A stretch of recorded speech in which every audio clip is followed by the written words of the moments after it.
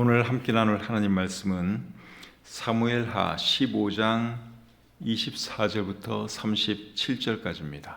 보라, 사독과 그와 함께한 모든 레위 사람도 하나님의 언약궤를 메어다가 하나님의 궤를 내려놓고 아비아달도 올라와서 모든 백성이 성에서 나오기를 기다리도다.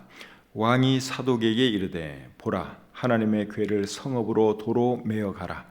만일 내가 여호와 앞에서 은혜를 입으면 도로 나를 인도하사 내게 그 궤와 그 계신대를 보이시리라. 그러나 그가 이와 같이 말씀하시기를 내가 너를 기뻐하지 아니한다 하시면 종이 여기사오니 선히 여기시는 대로 내게 행하시옵소서 하리라. 왕이 또 제사장 사독에게 이르되, 네가 선견자가 아니냐? 너는 너희의 두 아들 곧 내 아들 아히마아스와 아비아달의 아들 요나단을 데리고 평안히 성읍으로 돌아가라. 너희에게서 내게 알리는 소식이 올 때까지 내가 광야 나루터에서 기다리리라 하니라.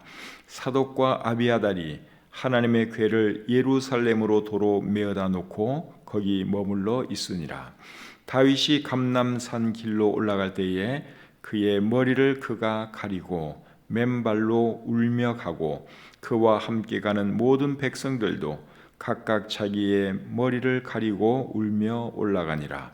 어떤 사람이 다윗에게 알리되, 압살롬과 함께 모반한 자들 가운데 아히도벨이 있나이다 하니, 다윗이 이르되, 여호와여 원하옵건대 아히도벨의 모략을 어리석게 하옵소서 하니라. 다윗이 하나님을 경배하는 마루턱에 이를 때에 아렉 사람 후세가 옷을 찢고 흙을 머리에 덮어쓰고 다윗을 맞으러 온지라. 다윗이 그에게 이르되, 네가 만일 나와 함께 나아가면 내게 누를 끼치리라. 그러나 네가 만일 성읍으로 돌아가서 압살롬에게 말하기를, 왕이여 내가 왕의 종이니이다. 전에는 내가 왕의 아버지의 종이었더니 이제는 내가 왕의 종이니이다 하면 네가 나를 위하여 아히도벨의 모략을 패하게 하리라. 사독과 아비아달 두 제사장이 너와 함께 거기 있지 아니하냐? 네가 왕의 궁중에서 무엇을 듣든지 사독과 아비아달 두 제사장에게 알리라. 그들의 두 아들 곧 사독의 아히마아스와 아비아달의 요나단이 그들과 함께 거기 있나니 너희가 듣는 모든 것을 그들 편에 내게 소식을 알릴지니라 하는지라. 다윗의 친구 후세가 곧 성읍으로 들어가고 압살롬도 예루살렘으로 들어갔더라. 아멘. 오늘은 사무엘하 15장 24절부터 37절까지의 말씀을 본문으로 해서 주님 뜻대로 하옵소서, 이런 제목으로 함께 은혜 나누기를 원합니다. 오늘 읽은 이 본문 말씀은 다윗 왕이 자기 아들 압살롬을 피해 도망가는 이야기입니다. 피난가는 다윗의 모습이 참으로 처량한데 30절 말씀을 한번 보겠습니다. 다윗이 감람산 길로 올라갈 때에 그의 머리를 그가 가리고 맨발로 울며 가고 그와 함께 가는 모든 백성들도 각각 자기의 머리를 가리고 울며 올라가니라. 도망가는 다윗의 모습이 참 처량하죠. 그나마 위로가 되는 것은 함께하는 사람들이 많이 있었다는 것입니다. 그 많은 사람들 중에 누가 있었는가 하면 사독과 아비아달이 있었습니다. 사독과 아비아달은 대제사장입니다. 오늘 본문에 사독과 아비아달 이 두 사람이 나오는데 이 두 사람은 대제사장이에요. 근데 오늘 본문 35절에 보면 사독과 아비아달 두 제사장 이렇게 되어 있죠. 근데 이게 평범한 일반 제사장이 아니라 이 두 사람은 대제사장입니다. 대제사장은 원래 몇 명입니까? 한 명이죠. 대제사장은 한 명입니다. 그런데 그 당시에는 이 두 사람이 다 대제사장이었습니다.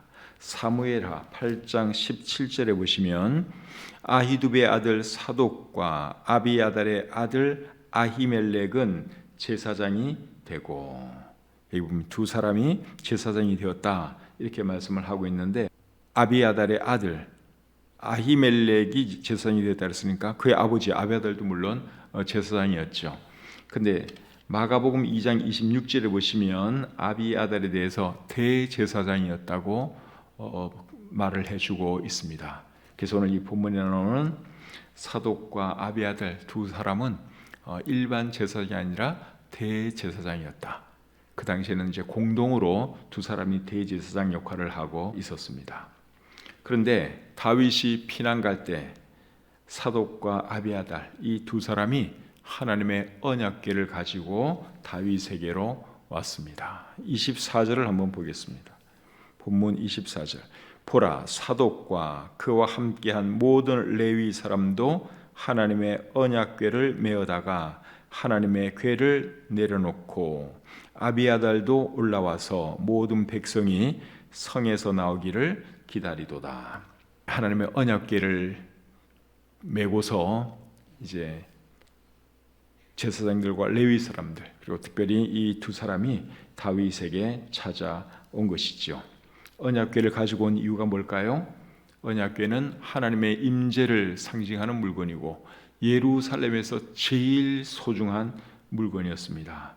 그렇기 때문에 이 사독과 아비아달은 언약궤는 다윗 왕과 함께 있어야 한다고 생각을 한 것입니다. 그러니까 이제 다윗이 피난길에 오른 것을 보고 그 언약궤를 가지고 이제 다윗을 따라가려고 한 것이죠. 그런데 다윗이 사독에게 뭐라고 말하는가 하면 25절 26절 보겠습니다. 왕이 사독에게 이르되 보라 하나님의 궤를 성읍으로 도로 메어가라. 만일 내가 여호와 앞에서 은혜를 입으면 도로 나를 인도하사 내게 그 궤와 그 계신 데를 보이시리라. 그러나 그가 이와 같이 말씀하시기를 내가 너를 기뻐하지 아니한다 하시면 종이 여기 있사오니 선히 여기시는 대로 내게 행하시옵소서 하리라. 자, 다윗이 사독에게 뭐라고 말을 했습니까? 언약궤를 원래 있던 곳에 갖다 놓으라고 말을 했지요. 그리고 또 뭐라고 말했는가 하면 내가 하나님의 은혜를 입으면 언약궤가 있는 곳으로 다시 돌아오겠지만 하나님의 은혜를 입지 못하면 어쩔 수 없다. 하나님의 뜻대로 되기를 원한다. 그렇게 말을 했습니다. 이렇게 말한 것을 보면 다윗은 자기의 희망사항이나 뜻보다 하나님의 뜻이 더 중요하다는 것을 잘 알았던 사람이지요. 왕의 자리에서 내려오는 것이 하나님의 뜻이라면 기꺼이 그 뜻에 순종할 각오가 되어 있었던 사람이 다윗이었습니다. 이런 것을 보면 다윗은 참으로 훌륭한 사람입니다. 사람들이 하나님의 뜻이 중요한 거 다 알죠. 예수님 믿는 사람들은 하나님의 뜻이 내 뜻보다 더 중요한 것을 잘 압니다. 그런데도 불구하고 실제 현장에서는 실제 어떤 상황이 딱 닥치면 하나님의 뜻은 뒤로 하고 내 뜻을 앞세우고 내 뜻을 따라갈 때가 얼마나 많습니까? 많은 그리스도인들이 그렇게 살아요. 이론적으로는 다 알죠. 하나님이 최고고 하나님의 뜻이 이루어져야 한다. 다 알면서도 자기에게 어떤 손해가 온다든가 또 자기 마음이 편치 않으면 하나님의 뜻은 제쳐놓고 일단은 내 뜻입니다. 내 뜻이 이루어지기를 원하는 것이 사람들의 마음입니다. 목회를 하면서 하나님의 뜻보다 자기 뜻을 더 소중하게 생각하는 사람들을 참 많이 보았습니다. 사람마다 다 자기가 원하는 것이 있죠. 그러나 하나님의 뜻이 나타나면 자기가 원하는 것을 내려놓을 줄 알아야 하는데 사람들이 그렇게 잘 못합니다. 그런데 다윗은 자기의 뜻은 전혀 중요하지 않고 하나님의 뜻이 이루어지기를 원한다 하는 자세를 가지고 있었습니다. 그렇기 때문에 이 사람이 훌륭한 사람이에요. 왕이었기 때문에 훌륭한 것이 아니라 하나님의 뜻에 전폭적으로 순종할 줄 아는 그런 자세를 이 다윗이 가지고 있었기 때문에 이 사람이 참 믿음 있는 사람이고 훌륭한 사람이다 하는 것이죠. 저와 여러분도 다윗과 같은 이런 자세를 가지고 살아야 할 줄 믿습니다. 내가 잘 되고 내 뜻이 이루어지는 것도 중요하지만 그보다 더 중요한 것은 무엇입니까? 하나님의 뜻이 이루어지는 것이죠. 예수님께서 가르쳐 주신 기도의 내용에 이런 것이 있죠. 나라가 임하시오며 뜻이 하늘에서 이루어진 것 같이 땅에서도 이루어지이다. 하나님의 뜻 이루어 달라는 것입니다. 그래서 우리가 그런 기도도 드려야 되고 또 실제로도 그렇게 살아야 하는 것이죠. 십자가의 죽음을 바라보면서 예수님이 어떻게 기도했죠? 내 뜻대로 마옵시고 아버지의 뜻대로 되기를 원합니다. 우리 예수님이 그렇게 기도드렸습니다. 그래서 우리도 그런 자세로 살아야 하는 것입니다. 다윗은 모든 것을 하나님의 뜻에 맡겼지만 자신이 할 수 있는 일에 대해서는 또 최선을 다한 것을 우리가 볼 수 있습니다. 27절부터 29절을 보겠습니다. 왕이 또 제사장 사독에게 이르되 네가 선견자가 아니냐? 너는 너희의 두 아들 곧 내 아들 아히마스와 아비아달의 아들 요나단을 데리고 평안히 성읍으로 돌아가라. 너희에게서 내게 알리는 소식이 올 때까지 내가 광야 나루토에서 기다리리라 하니라. 사독과 아비아달이 하나님의 궤를 예루살렘으로 도로 메어다 놓고 거기 머물러 있으니라. 다윗이 제사장 사독에게 뭐라고 말을 했습니까? 예루살렘에 있으면서 돌아가는 상황을 나에게 알려달라 그렇게 말을 했지요. 그리고 소식이 올 때까지 나는 광야 나루토에서 기다리겠다 그렇게 말을 했습니다.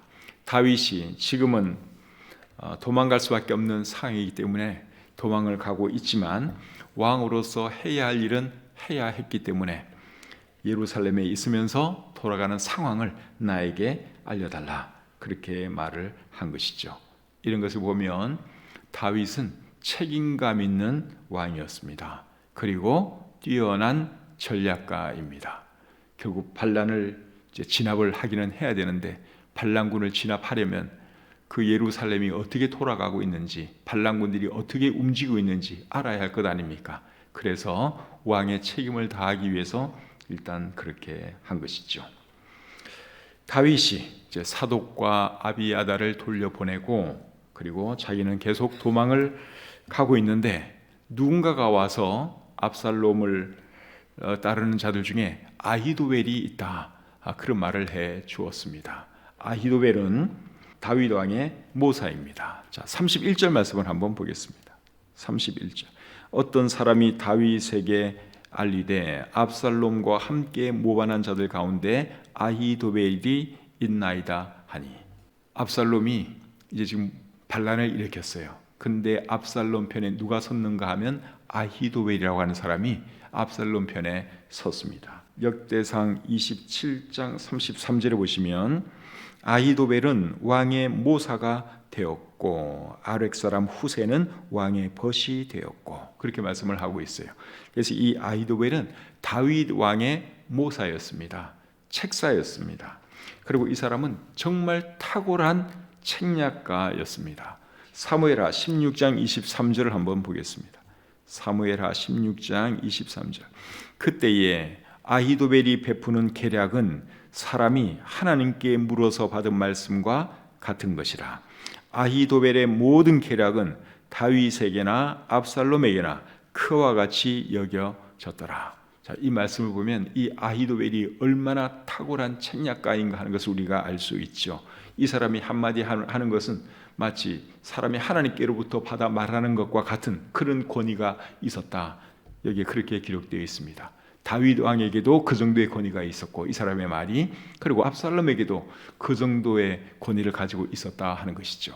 그러니까 정말 탁월한 머리가 비상한 그러한 책략가였다 하는 것을 우리가 알 수 있죠. 이 사람이 압살롬에게 해준 조언 중에 하나가 뭔가 하면 다윗 왕의 후궁들을 범하라 하는 그러한 조언이었습니다. 이 아히도벨이 그 조언을 해주어서 압살롬이 아버지의 후궁들과 이제 잠자리를 같이 하는 그런 못된 짓을 하게 됩니다.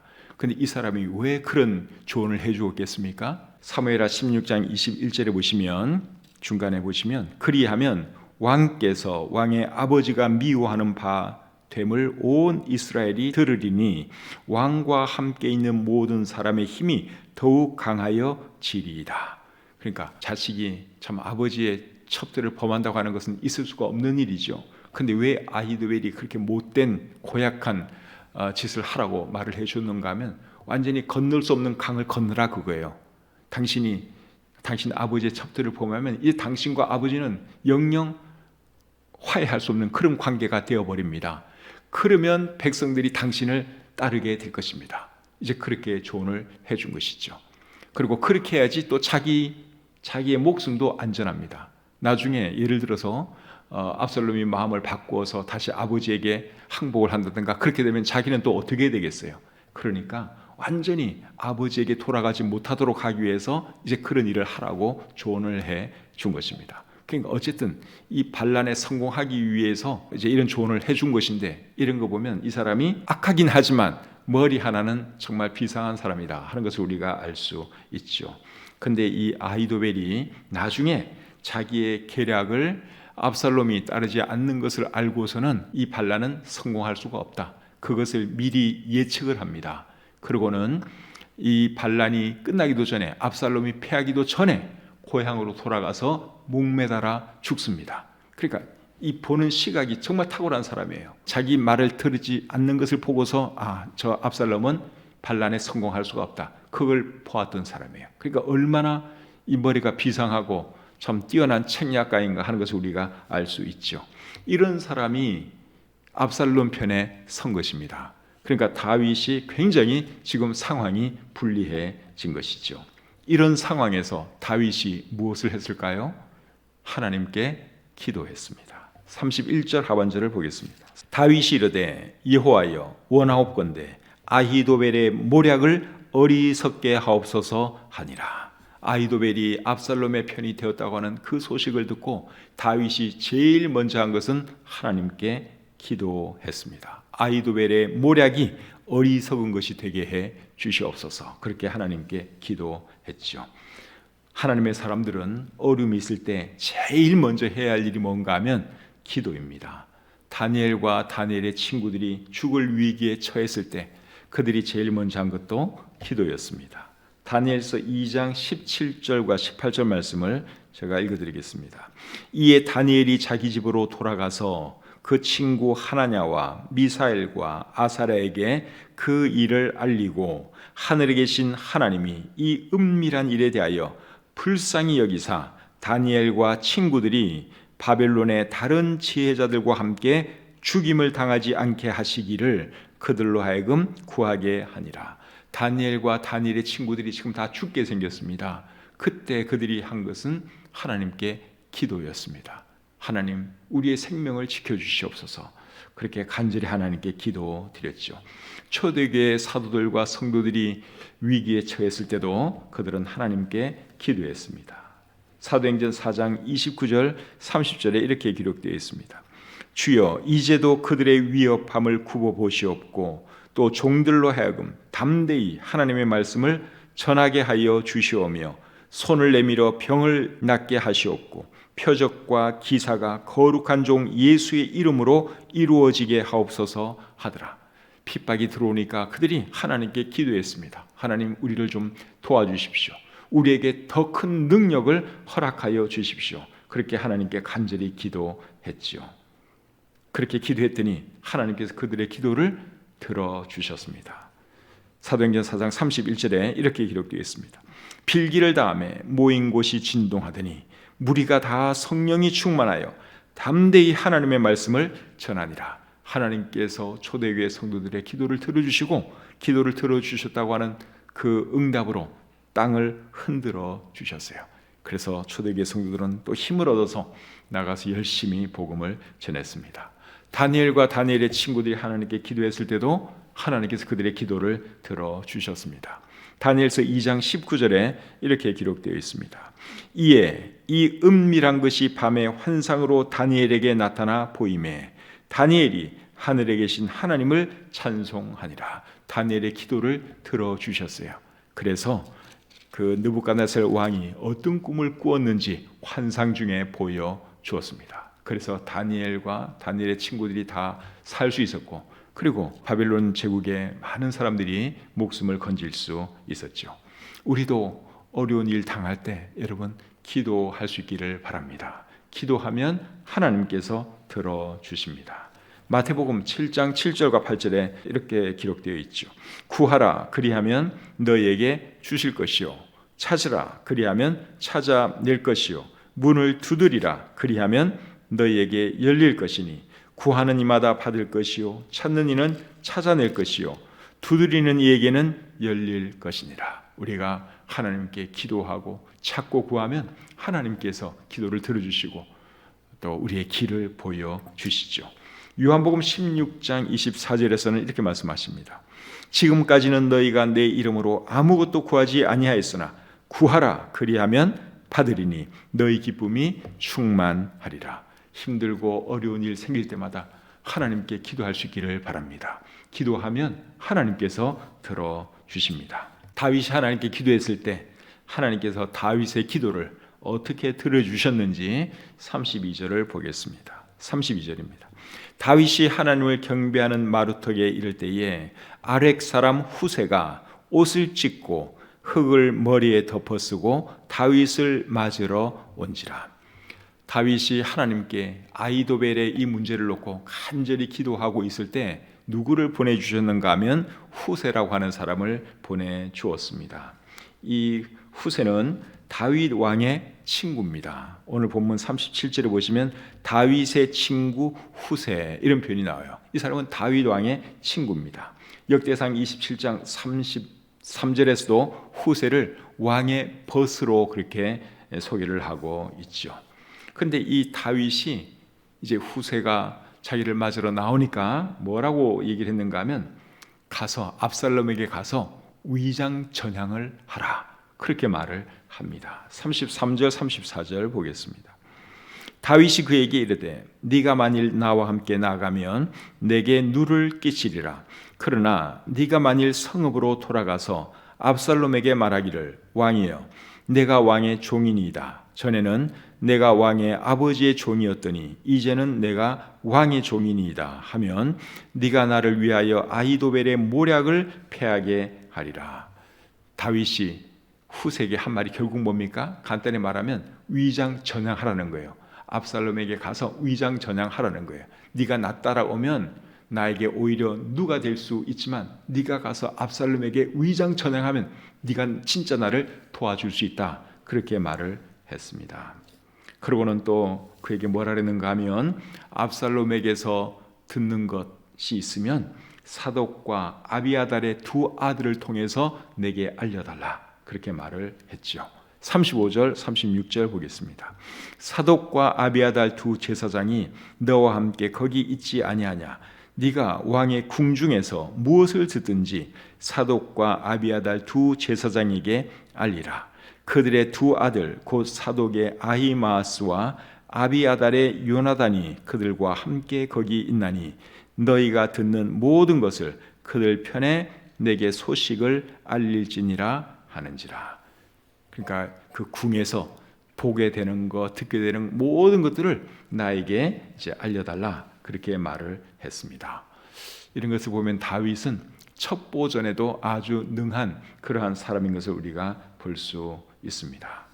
그래서 이 다윗은 아히도벨 이 문제를 놓고 하나님께 기도했을 뿐만 아니라 이제 그 아히도벨의 모략을 허사로 만들기 위해서 자기가 할 수 있는 일을 찾아서 한 것을 우리가 보게 되죠.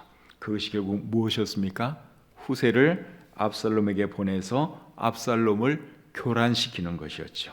그렇게 한 결과가 뭔가 하면 압살롬이 후세의 말을 듣고 반란에 실패하게 됩니다.